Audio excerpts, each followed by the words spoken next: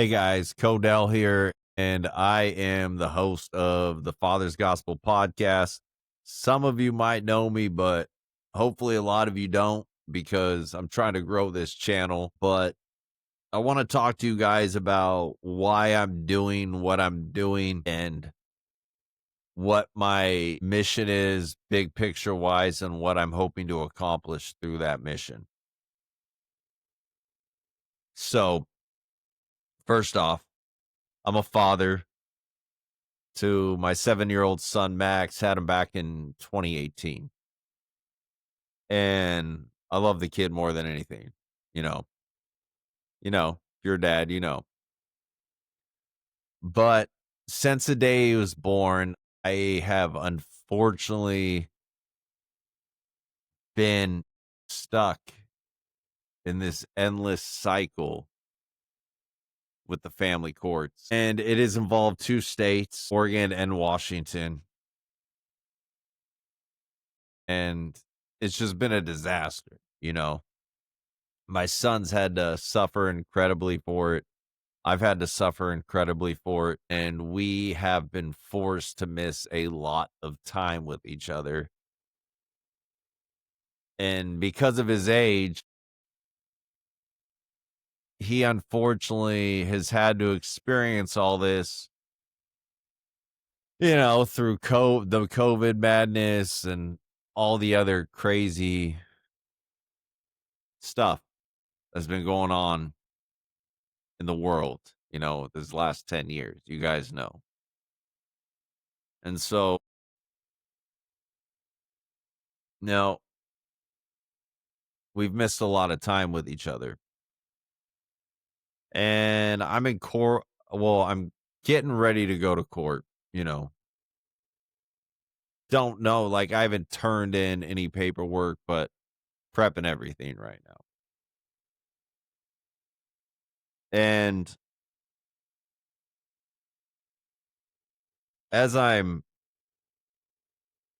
getting like ready for court, I'm also now moving forward with legislation, trying to pass some new bills that'll help bring some fairness and establish some fairness and hopefully really solidify some fairness with our family courts so our parental rights are more protected.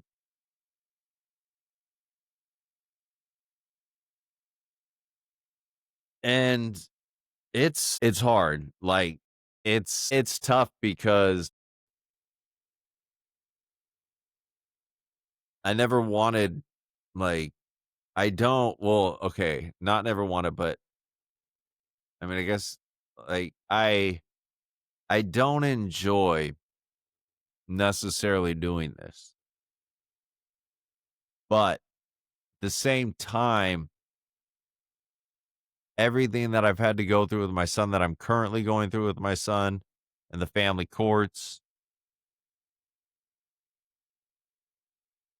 I've looked at it and I'm looking at it now and approaching it as an opportunity to strengthen myself and utilize it as a tool to hopefully do my part to help change the system on a massive level with the bills and other things I got coming down the pipeline. And I've realized through this whole journey and just how hard it's been that this is, and I don't know if I said this a moment ago, but this is so much bigger than me and my son, just me and my case, because there's millions of fathers around the country and even millions of more children that are going through what me and my son are going through because the way our family courts are set up.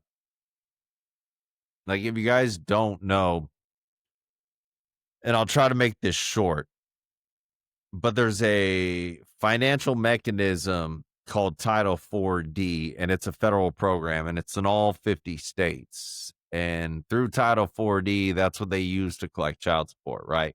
Well, through Title 4D, for every dollar of child support the state collects, the federal government matches them 66 cents to that dollar. So the states are financially incentivized to collect child support, but they cannot collect the child support and get that extra 66 cents if the dad and mother have equal shared custody. So that right there is that's millions of dollars that they can potentially lose out on if most separated parents, divorced parents have equal shared parenting. They won't get that 66 cents. So they're financially incentivized to keep the father 90% of the time out of the home. And the reason I say 90% of the time is that's actually a true statement because 90% of all custody cases, the moms are awarded sole full custody of the child. And so when you look at all this and then you add that in with, the stats like 90% of men in prison come from single mother households, pregnancy, kids getting, teen pregnancy, teen suicide, teen homelessness, high school dropouts, all those kids overwhelmingly come from single mother households. And I myself, I grew up in a single mother household and like, I'm not bashing my mom. I love her. Right. But it was chaos. It was absolute chaos. And I definitely dealt with a lot of man hating. And like, I'm not going to go into it now, but again, so like when I combine with the way the system's set up and what I have dealt with my life personally from being raised by my single mom to actually experiencing the family courts and then also knowing that there's millions of other dads around the country going through this. And this has been going on for decades now. And it really started back in the 1960s. All that has made me realize that this is so much bigger than me and my son. This is a nationwide system that is set in place to destroy the family, all in the name of profit. And so I feel like I have no choice but to do everything I can to change that system, to break that system, and to put something better in place that'll actually protect our families. And so that's why I'm doing this podcast. That's why I'm telling you guys what I'm telling you right now.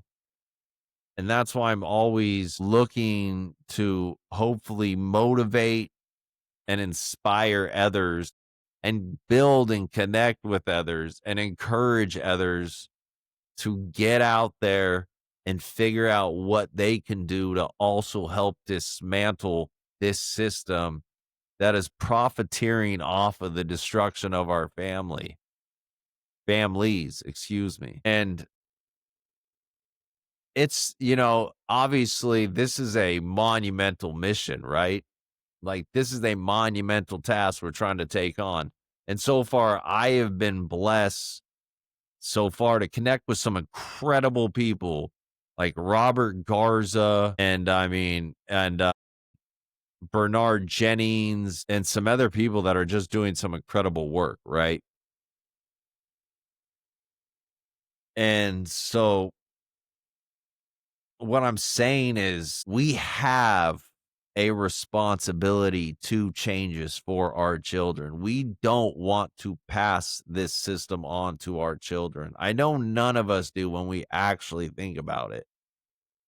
But like most of the issues that have now come to the surface, especially these last 10 years in society, we can no longer ignore what is being done to our families in the family courts and divorce courts, all in the name of profit.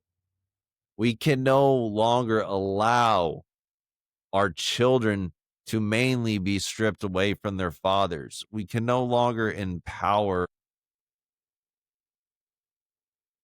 society's worst women.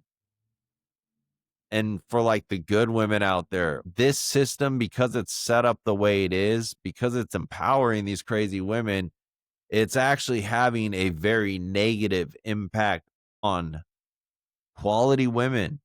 It's hurting quality women because men are checking out of the dating market. It is what it is. And it's been a long time coming because you now have multiple generations that have been raised by mothers. And honestly, the majority of those single mother households, not all of them, but the majority of them that were raised without their dads, it's not because those dads weren't trying to be there. It's because the courts were not allowing the fathers to be there for their children. I know so many dads besides myself personally that are going through what I'm going through and even worse. And so this is why I'm doing what I'm doing. And I do believe with God because it's really God doing it. I'm just trying to do my best to be an instrument for God, to be a conduit. I know we're going to win. We're already starting to win. And man, it hits me sometimes. It like just hit me right now, It gets intense, but we got to do this for our children. So that's why I'm here, you guys. I'm here to support, here to bring awareness. I'm here to push legislation. I'm here to hit this system, this corrupt system at every single angle we possibly can through legislation, lawsuits, so on, and so on. And we need more and more leaders to keep rising. I see them, but we need more. So I encourage you to be one of those leaders. Figure out what you can do to help break this system and rebuild it into something better so we can restore our great American families, man. It's incredible. It's an incredible mission, and we pull it off. It's one for the history books. But anyways, that's what I got for you guys. Wanted to share my thoughts. And if you guys like this video and you want to hear more, I definitely am down to share some more thoughts. But please make sure you like, share, subscribe, comment, and hit that notification bell. And until next time, God bless and be safe. And God loves you. Love you guys. I'm out.